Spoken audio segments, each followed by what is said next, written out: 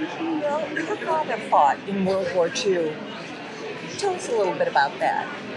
Well, Dad originally volunteered for the Commandos. He served for 6.5 years in the Territorial Army down in Tyneside in a heavy AA unit down in Tyneside. But the billet came round every day after the war, and so he volunteered for the Commandos. He only volunteered. He then went up and trained in Achnacarry, up in the Highlands, and everybody that got through the course eventually ended up with the green beret, the symbol of the elite unit called the Commandos.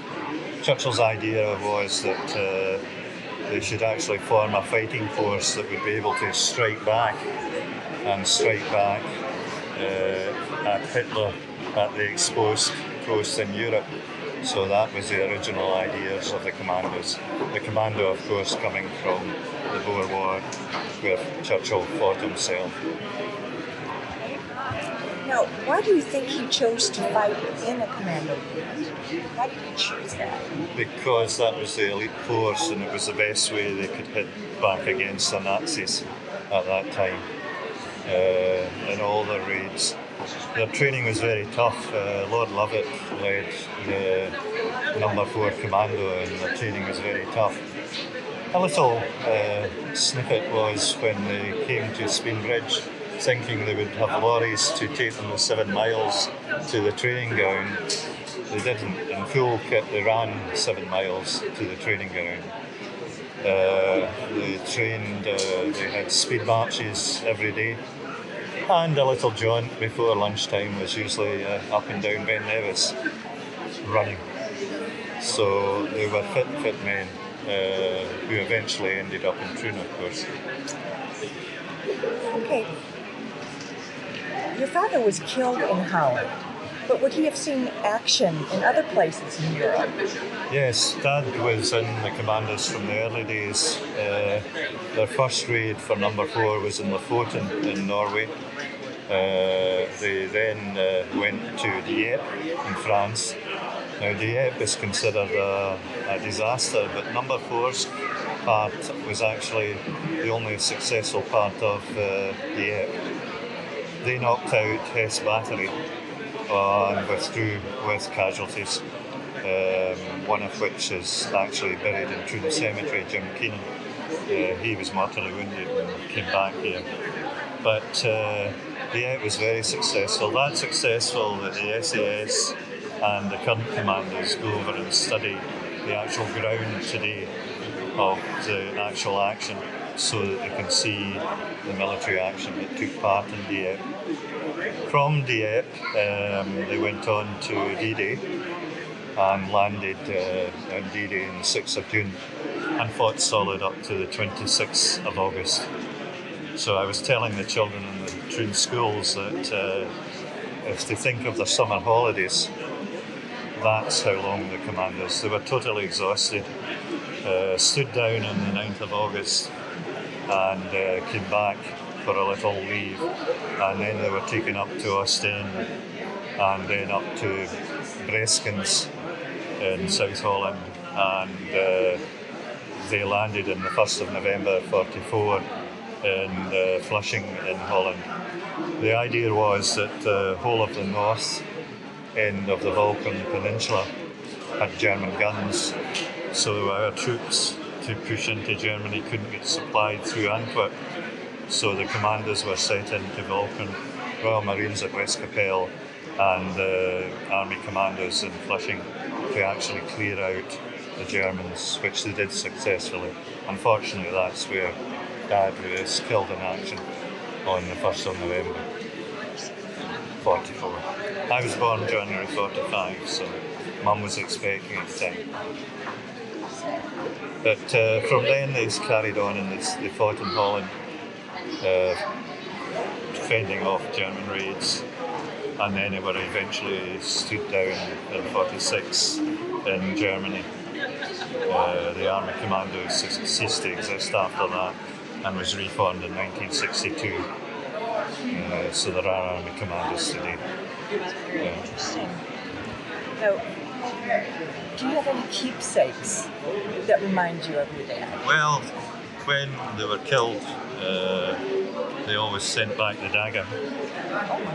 And that is my dad's dagger.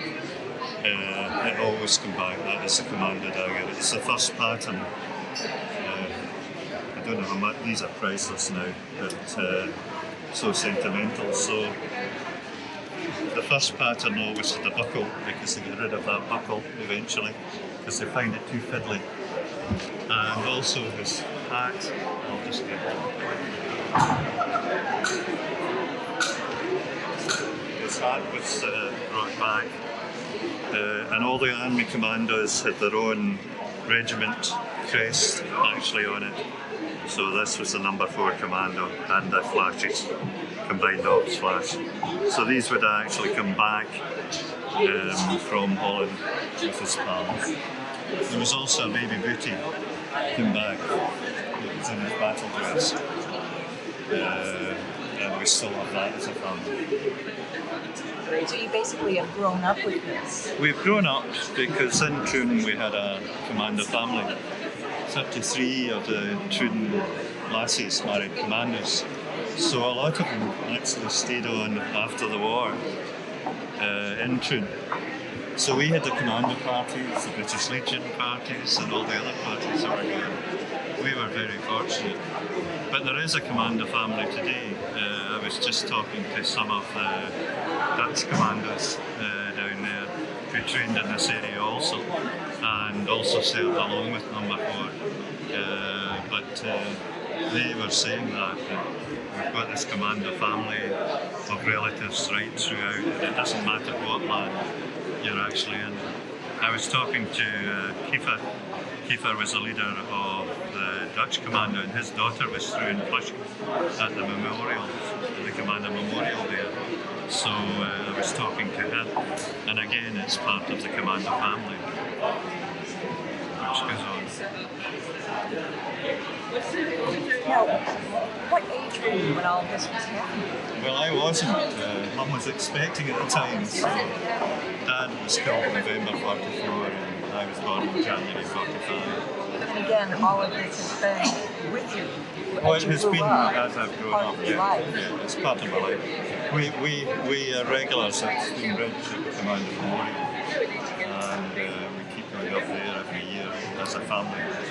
And there are families who have come in today to visit us who are relatives of number 4 commanders who have actually been in today.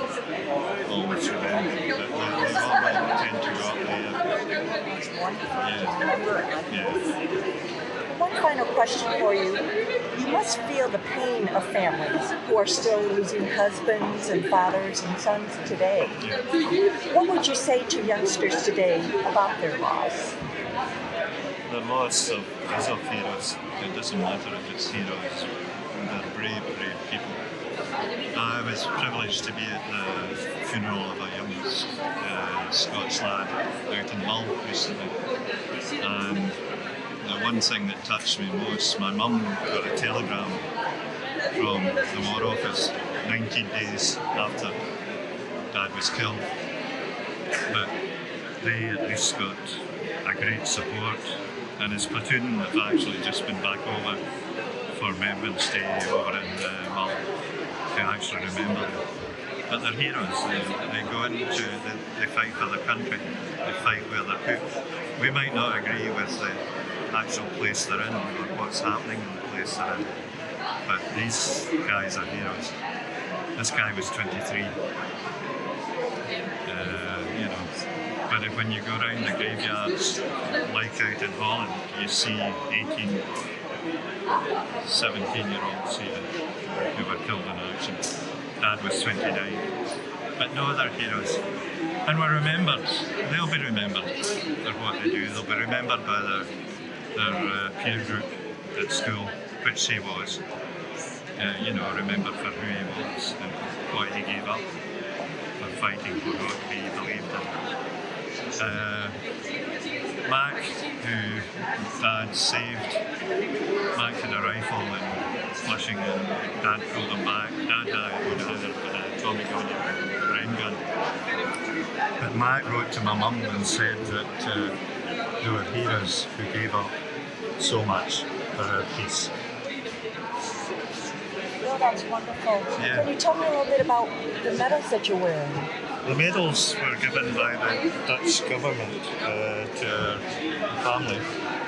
This initial one was given 2 years ago, and it was to the Canadian and the Allied forces. The Canadians actually did a lot in Holland, fighting to liberate parts of Holland, so they're well remembered up there too. And this one was presented by the Queen's Commissioner to all the veterans who were over this year, and also to any of the relatives whose fathers fell in Holland. So it was quite moving this year. We get sent to a new museum in Holland, and it was 25 kilometres we had to travel, and our buses with the veterans and ourselves in it were at the head of a convoy of about 20 old army vehicles with 3 spotter planes flying overhead. The whole route was lined by the Dutch, though. The young people were waving flags, and what struck me was the old people who were crying. That's wonderful. Thank you so much for your story. We appreciate it. It's okay.